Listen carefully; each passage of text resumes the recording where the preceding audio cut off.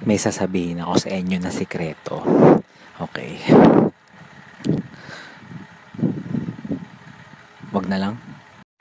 Mga pintuan, tinitake for granted natin yan. Pero hindi natin alam na napaka-komplikado ng nangyayari kapag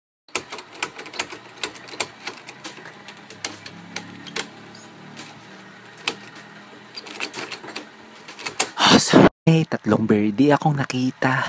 Mapayat, mataba mga birdie. Ngunit ang may itlog sa likod ay isa. Siya ang leader na nagsabi ng pek. Teka. Naligo na ba kayo? Naligo na ba kayo? Baka hindi pa.